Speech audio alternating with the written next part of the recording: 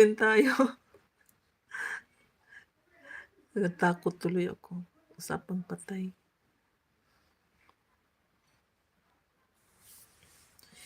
#13 11. Ayan, thank you so much.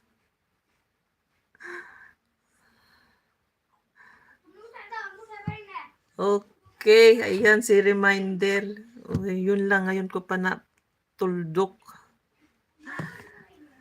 Ayan, may ads pa lumabas.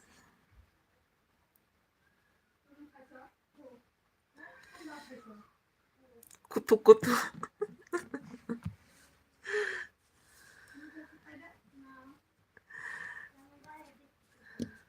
Nanidiri ako pag maraming kuto. Yung pamangkin ko na babae, yung bata pa yun, mga elementary.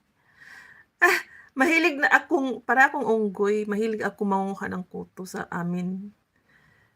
Pero nung sinuyod ko yung pamangkin ko, nakamukha ko pa naman. Sabi niya, kamukha ako daw nanay.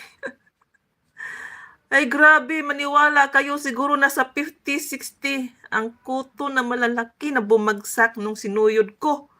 Grabe, umalis ako, sabi ko, kayo nang bahala niyo. Itapon niyo yung ano, yung inanuhan ko yung parang damit. Tapos pagsuyod ko, ang daming itim na bumagsak.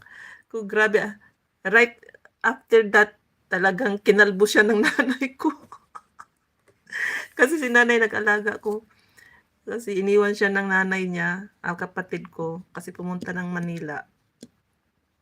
Tapos yun, yung pamangkin ko na yun, nanay ko nag-alaga. Mga 1 year na siya, iniwan.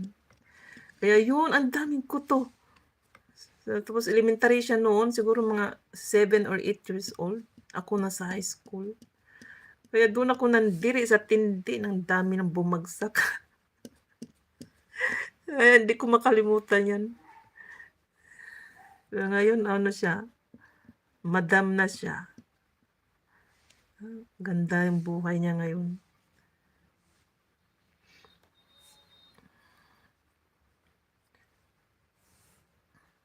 Kaya yun.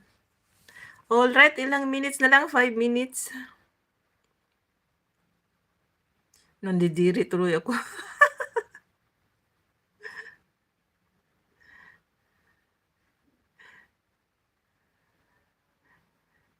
Pero wala yan. Wala din yan dito. Mga taga dito. May isang pamangkin si Mr. nasa Canada, yung babae. Matalino. Nag-aaral siya sa Saudi. Yun, kutuhin siya. Ang haba pa naman buhok, makapal, tapos curve, kulot-kulot. Ang dami di kuto. Nagsuyod nung unang dating ko dito, unang salta ko, mga ilang taon o ilang buwan lang. Tapos nag-uwian sila para ma-meet nila ako. Ayun, nung time na yun, nagsuyod din siya. Dito pa naman sa bid namin, nagsuyod. Nagulat na lang ako, sabi ko, bakit ang daming kuto, itim-itim, gumagapang sa bedsheet? Kanino ba to? Tapos yun, nagtawanan sila. Sabi niya, sa'yo na yun. Kubuing ng mga tao na to. Ang dami. Sabi ko, magliparan yan. Ay, sigurado, nagliparan sa ulo ko. 1 week sila nag-stay dito. Ay, sigurado talaga kinuto ako. Tapos tagal nila yun. Sabi nila, okay lang daw, may kuto. Nakakatulong din yan pag mag-aaral. Kaya ano ba yung mga pinag-iisip nila? Anong nakakatulong? Nakaka-isturbo yan. Imbis mag-concentrate ka, ay magpa-kalmot-kalmot ka na lang sa ulo mo. Pero inano din nila yon bago pumunta ng Canada. Tinatanggal nila. Nag-aano sila ng mga, pinapacheck up nila sa, anong tawag doon? Na kailangang matanggal yung mga kuto sa dami. So, ewan ko lang ngayon kung wala na. Tawa na lang Sir Diit. Hindi naintindihan. Ay, nako. Ayan, 3 minutes. Okay, maraming salamat guys. Uwian, pwede na. Uwian, sino bang next? Sino next mag-live? Mag-sit na, gura na kayo. Ayan.